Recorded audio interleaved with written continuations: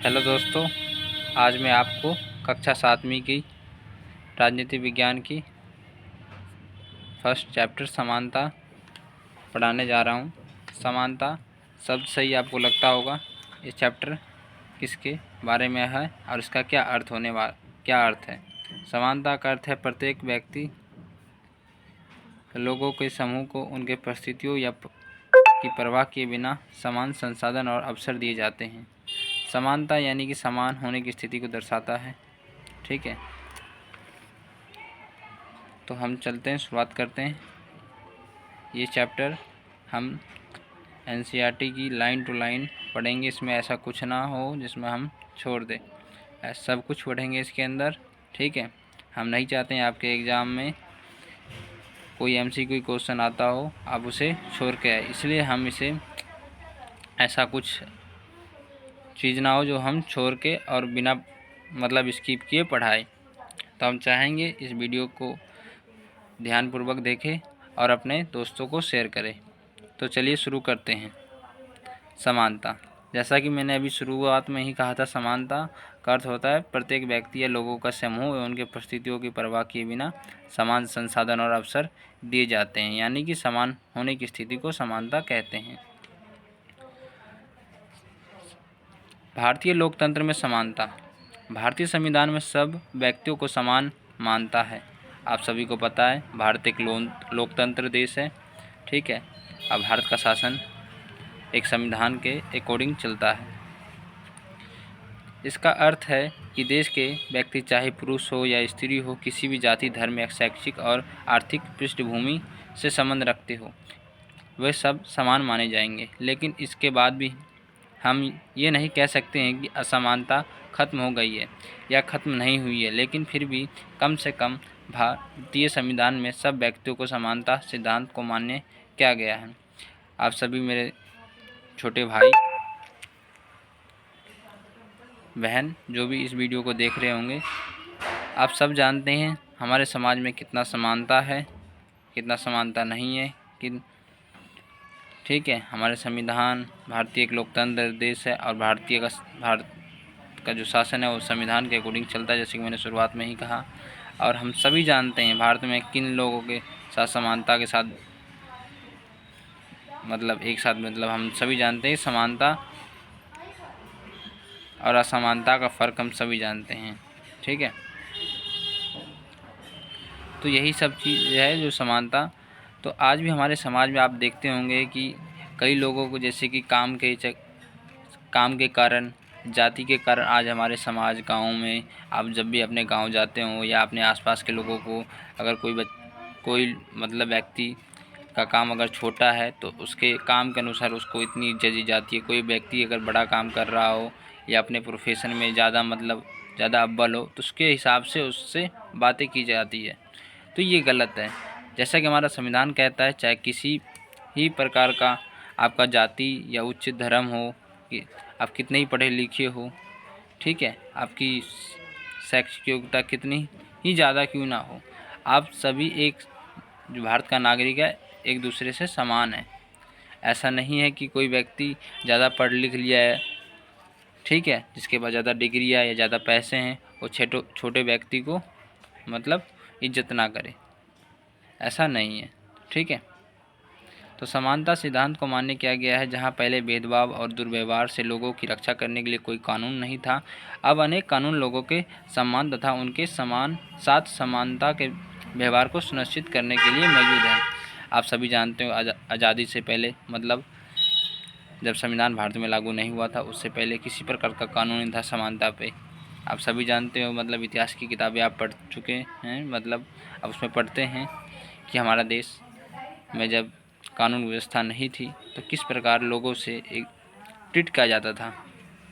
ठीक है, आज भी कई सारे गांव के क्षेत्र ऐसे हैं जहां पे जो उच्च जाति के लोग हैं और निम्न जाति के लोगों के बीच में हमें असमानता को देखने को मिलती है। तो आप इस बात से समझ सकते हो कि आज तो बहुत ज़्यादा कम हो चुका है।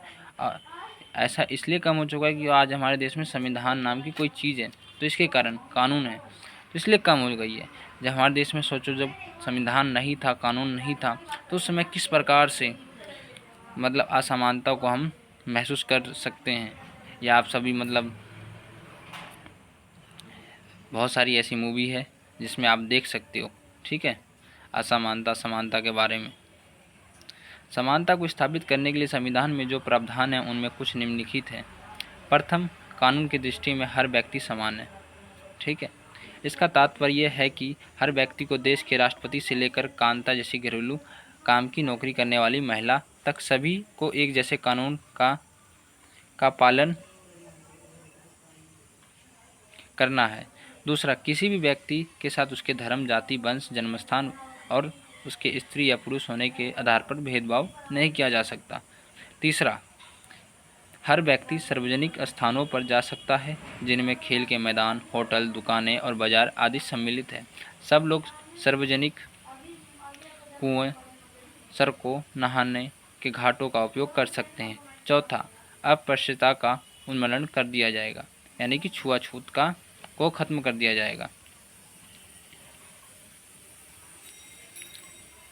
आप ऊपर देखिए, इसमें एक किसी मूवी का एक पिक्चर मतलब फ़ोटो है यहाँ पे। ये मूवी नीचे हम पढ़ते हैं इसके बारे में। 1975 में बनी दीवार फिल्म में जूते पॉलिश करने वाला एक लड़का फेंक कर दिए गए पैसों को उठाने से इनकार कर देता है। वो मानता है कि उसके काम की गरिमा और उसका भुगतान आदर के साथ किया जाना चाहिए। हर कोई व्यक्ति चाहे किसी प्रकार का काम कर रहा हो, हर कोई चाहता है उसके काम की कोई इज्जत करे, ठीक है। कोई व्यक्ति जूता ही पॉलिश कर रहा है या जूता ही सिल रहा है तो आप उसके साथ, उसके काम के साथ मतलब मत जाइए कि मतलब वो व्यक्ति नीच है। मतलब कई बार होता है ना, इस फिल्म में आप देखेंगे कि मतलब एक कहानी है दीवार फिल्म मूवी में। ये बच्चा जो है, ये बच्चा रवि नाम का बच्चा होता है, ठीक है। जब ये जूता पॉलिश का काम करता है तो इसको एक व्यक्ति जो सूट पहन रखा है वो उसके काम के जो पैसे हैं उसको फेंक कर देता है। तो बच्चे का कहना होता है कि हमारे जो मतलब आपका मैंने जो काम कर दिया और काम के बदले जो आप मुझे इस तरह जो पैसे दे रहे हैं फेंक के, आपका काम मैंने इज्जत से करा, तो हमारे जो पैसे जो आप दे रहे हो काम किए हुए वो भी आप हमारे को इज्जत से दो, तभी तो समानता होगी। तो ये असमानता है दोस्तों, ठीक है।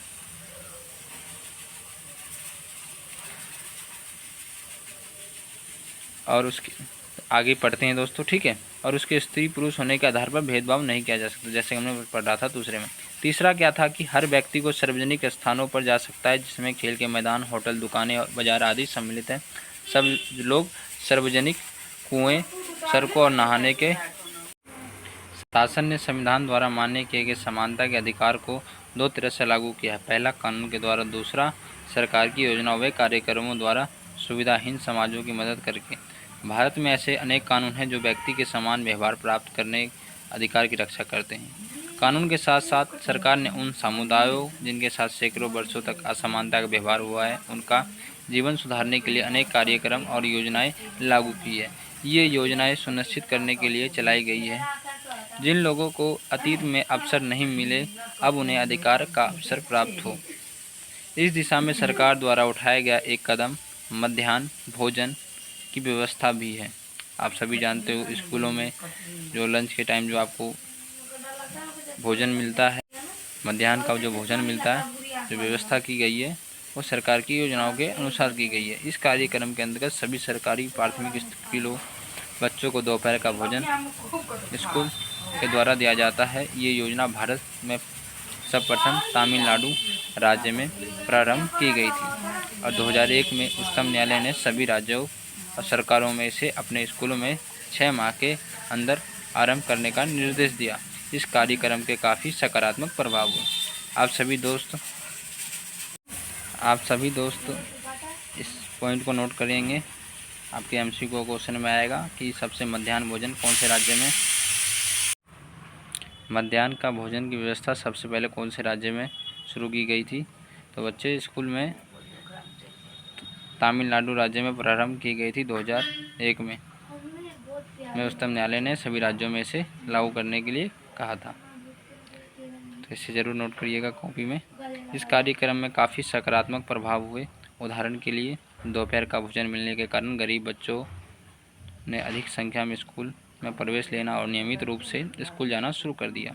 शिक्षक बताते हैं कि पहले खाना खाने घर जाते थे और फिर वापस स्कूल नहीं लौटते थे, परंतु अब जब से स्कूल में मध्याह्न का भोजन मिलने लगा है, उनकी उपस्थिति में सुधार आया। वे माताएं जिन्हें पहले अपना काम छोड़कर दोपहर को बच्चों को खाना खिलाने घर पर आना पड़ता था, अब उन्हें ऐसा नहीं करना पड़ता। इस कार्यक्रम से जातिगत पूर्वाग्रहों को कम करने में सहायता मिली है, क्योंकि स्कूल में सभी जातियों के बच्चों के साथ भोजन करते हैं और कुछ स्थानों पर भोजन पकाने के लिए दलित महिलाओं को काम पर रखा गया है। मध्याह्न भोजन में कार्यक्रम में निर्धन विद्यार्थियों की भूख मिटाने में सहायता की है, जो प्राय खाली पेट स्कूल आते हैं और इस कारण पढ़ाई पर ध्यान केंद्रित नहीं कर पाते थे। यद्यपि शासकीय कार्यक्रम अवसरों की समानता बढ़ाने में महत्वपूर्ण भूमिका निभा रहे हैं, किंतु अभी भी बहुत कुछ करने की आवश्यकता है। मध्याह्न भोजन कार्यक्रम ने निर्धन बच्चों का स्कूलों में प्रवेश व उनकी उपस्थिति तो बढ़ा दी है, लेकिन फिर भी इस देश में स्कूल जहां अमीरों के बच्चे जाते हैं, उन स्कूलों से बहुत अलग है।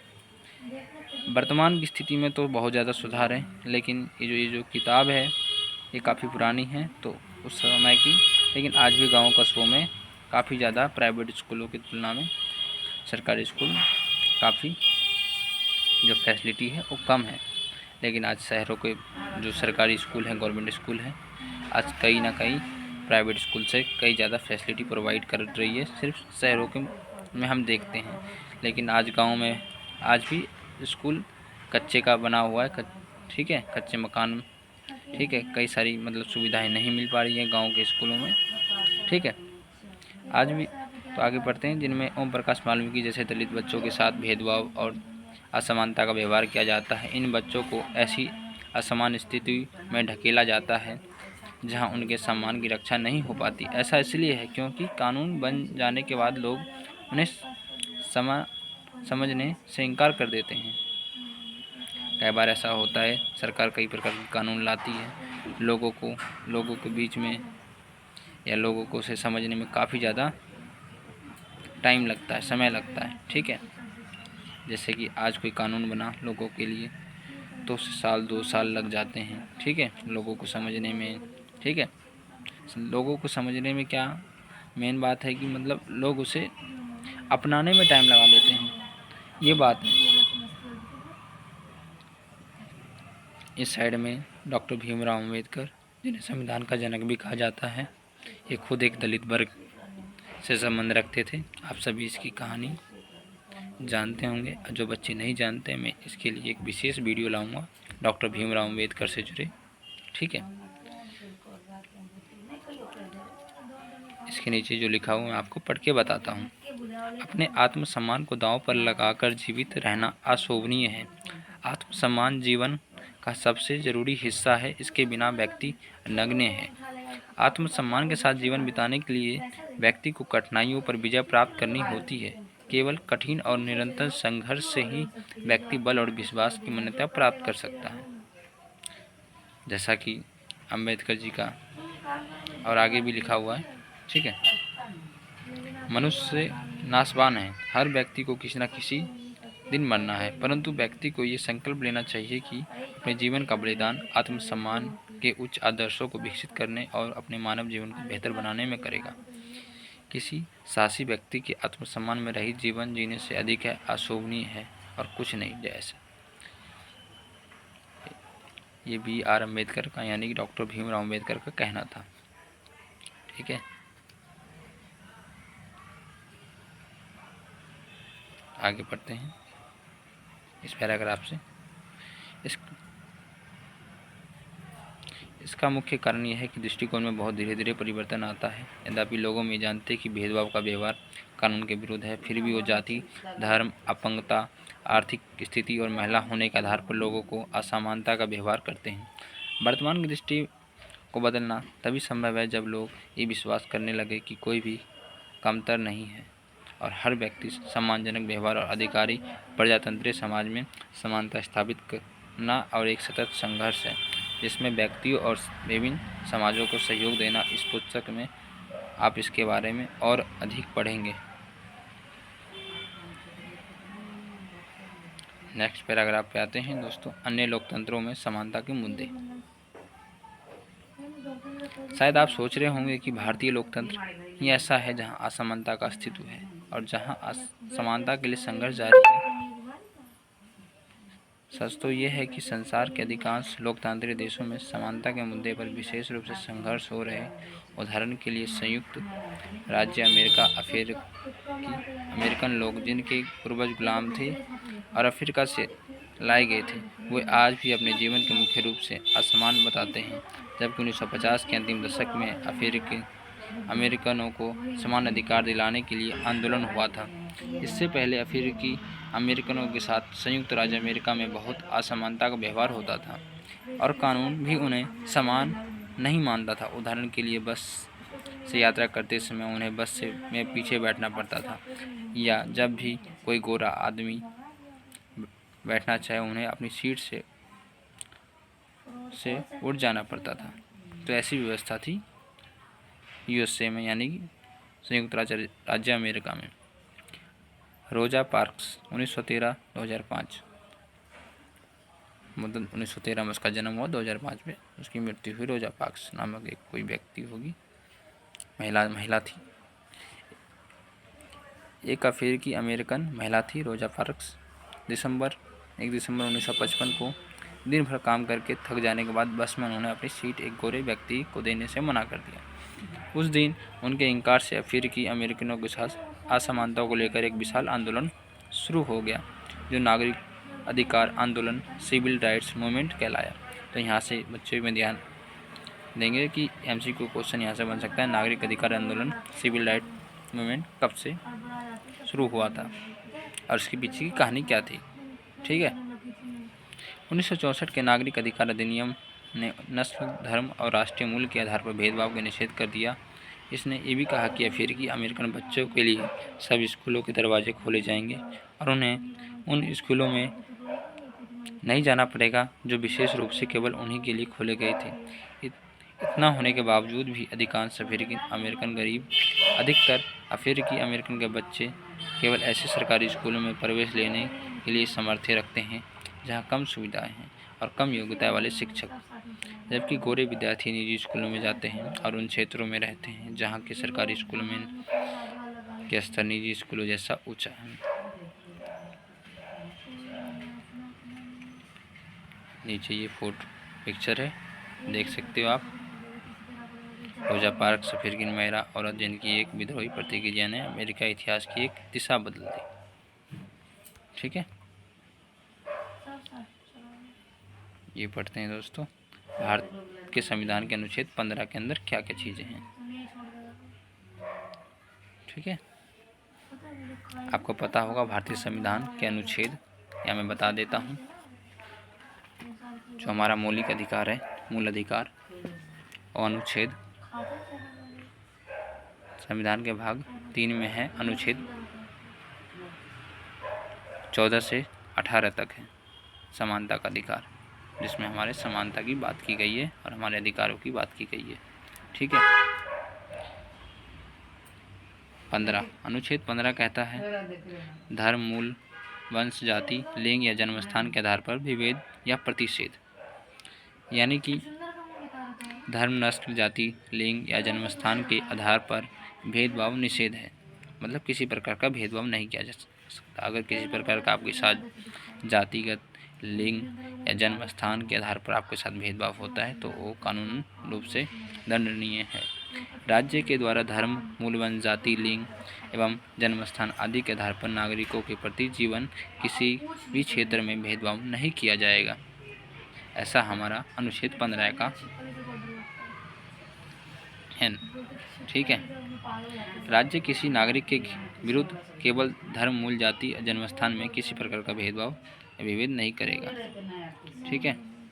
कोई नागरिक केवल धर्म, मूल, वंश, जाति, लिंग, जन्मस्थान या इनमें किसी आधार पर भेदभाव नहीं करेगा। दुकानों, सार्वजनिक भोजनालयों मतलब होटल, सार्वजनिक मनोरंजन के स्थानों में प्रवेश या पूर्णतः ये भगत राज्य निधि से पोषित साधारण जनता के लिए प्रयोग के लिए समर्पित कुओं, तालाबों, स्नान घाटों, सड़कों और सार्वजनिक समागम के स्थानों के उपयोग के संबंध में किसी भी नियोगिता और दायित्व, निर्बंधन या शर्त के अधीन नहीं होगा। आगे बढ़ते हैं। लोकतंत्र की चुनौती। किसी भी देश को पूरी तरह लोकतंत्री नहीं कहा जा सकता। हमेशा ऐसे ही समुदाय और व्यक्ति होते हैं जो लोकतंत्र को नए अर्थ देते हैं। अधिक से अधिक समानता लाने के लिए नए नए सवाल उठाते हैं। इसके केंद्र में वो संघर्ष है जो व्यक्तियों को समानता और सम्मान दिलाने में पक्षधर है। इस पुस्तक में आप पढ़ेंगे कि किस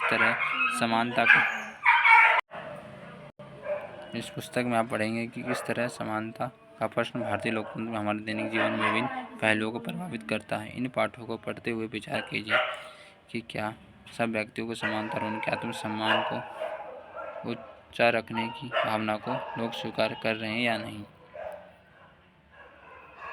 आगे क्वेश्चन है,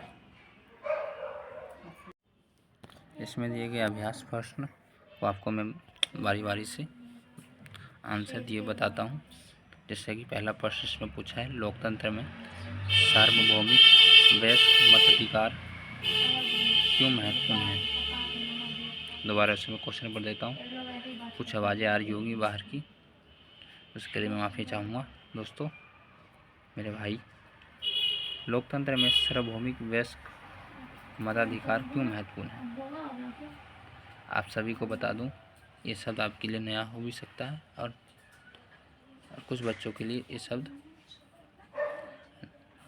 पहले से जानते होंगे। सार्वभौमिक वयस्क मताधिकार, तो मैं आपको बता दूं, सार्वभौमिक वयस्क मताधिकार का मतलब है भारत के सभी नागरिक को मताधिकार का अधिकार है। यानी जो व्यक्ति 18 साल से अधिक है उसको वोट देने का अधिकार होता है, यानी कि मत देने का अधिकार होता है। ठीक है।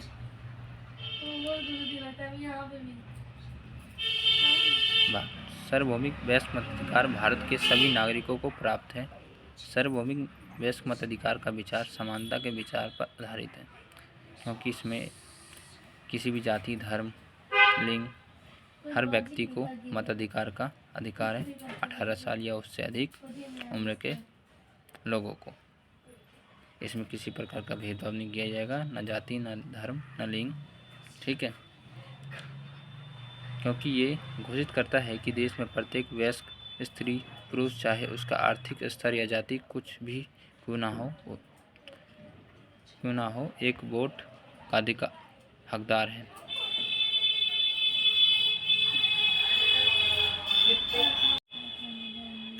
सार्वभौमिक वयस्क मताधिकार के माध्यम से भारत का प्रत्येक नागरिक अपने प्रतिनिधियों का चुनाव स्वयं करता है। ठीक है। आपको मैंने बता दिया इसका आंसर। नीचे क्या चीज़ है, दूसरा क्वेश्चन, बॉक्स में दिए गए संविधान के अनुच्छेद 15 के अंश को पुनः पढ़िए और 2 तरीके बताइए जिनमें अनुच्छेद का असमानता को दूर करता हो। जैसा कि मैंने आपको बताया था, अनुच्छेद 15 क्या कहता है, धर्म, नस्ल, जाति, लिंग या जन्म स्थान के आधार पर भेदभाव का निषेध है। यानी किसी प्रकार का भेदभाव नहीं किया जाएगा, चाहे वो व्यक्ति किसी भी राज्य की धर्म, मूल वंश, जाति, लिंग एवं जन्म स्थान आदि के आधार पर नागरिकों को जीवन के किसी भी क्षेत्र में भेदभाव नहीं किया जाएगा। ठीक है।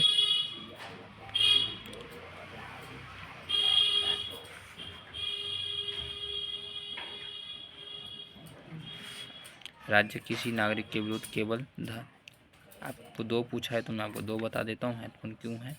ठीक है। पहला, राज्य किसी नागरिक के विरुद्ध केवल धर्म, मूल वंश, जाति, लिंग, जन्मस्थान इनमें से किसी के आधार पर कोई भेद नहीं करेगा। और दूसरा, कोई भी नागरिक केवल धर्म, मूल वंश, जाति, लिंग, जन्मस्थान इनमें से किसी के आधार पर किसी व्यक्ति, दुकानों, सार्वजनिक भोजनालय और सार्वजनिक मनोरंजन के स्थानों में प्रवेश करने से वंचित नहीं कर सकता। पूर्णतः अंशतः राज्य निधि कुओं, तालाबों, स्नान घाटों और सड़कों और सार्वजनिक समागम के स्थानों पर उपयोग प्रतिबंध नहीं लगा सकता। ठीक है दोस्तों, दो आपको मैंने बता दिए। ये तीसरा क्वेश्चन क्या कहता है, कानून के सामने सब व्यक्ति बराबर हैं, इस कथन से आप क्या समझते हैं? आपके विचार में ये लोकतंत्र में महत्वपूर्ण क्यों है?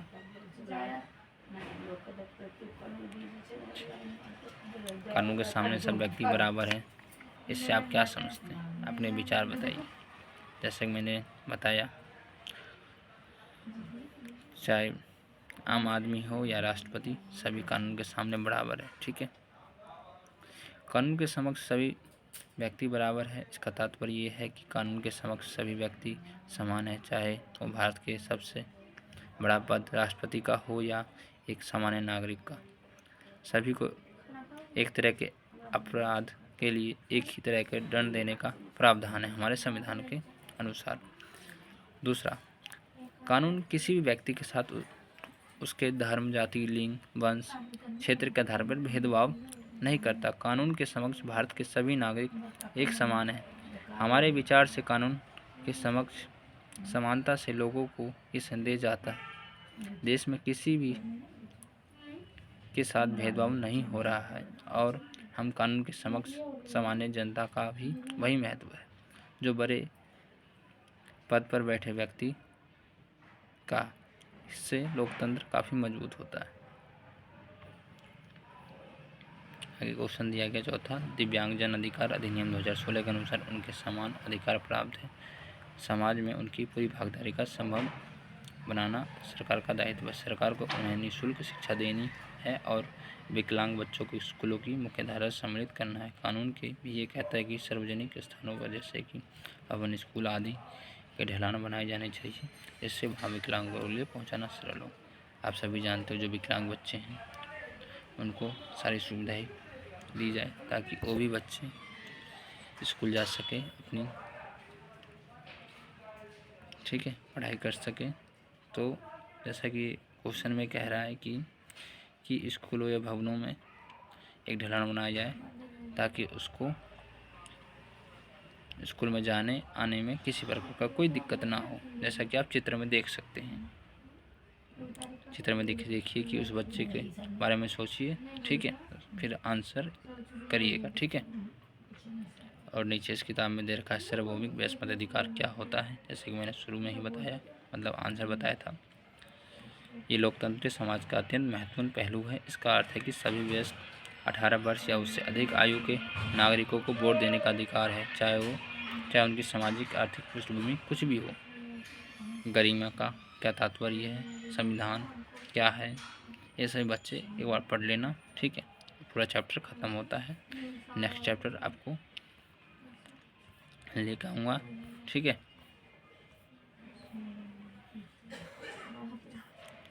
जो मैंने बताया आपको पॉइंट बाय पॉइंट, उससे आप नोट कर लेना। ठीक है, जो मैंने एक नंबर में हो सके क्वेश्चन के मैंने आपको बता दिया हूँ कौन कौन सी चीज़ें इम्पोर्टेंट है। आपको मैंने अभ्यास के क्वेश्चन भी करवा दिए। ठीक है, आज के लिए वीडियो इतना ही। वीडियो देखने के लिए सभी बच्चों को धन्यवाद।